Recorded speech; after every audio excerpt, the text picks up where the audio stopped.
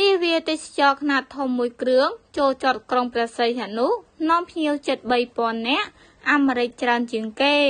នៅវេលាម៉ោង 7 នាទីថ្ងៃច័ន្ទទី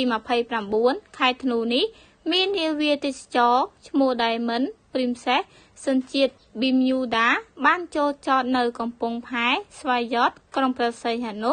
ដើម្បីទស្សនាប្រទេសកម្ពុជារយៈពេល1ថ្ងៃបន្ទាប់ពីចេញដំណើរមកពីប្រទេសវៀតណាមកំពុងស្វយ័តក្រុងព្រះសីហនុបានឲ្យដឹងថា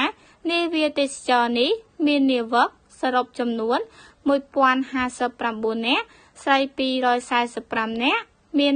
59សញ្ជាតិនិងមានភ្ញៀវទេសចរសរុបចំនួន 2850 នាក់ស្រី1566 នាក់មាន52សញ្ជាតិចំនួនសញ្ជាតិដែលមានភ្ញៀវច្រើនជាងគេគឺសហរដ្ឋអាមេរិក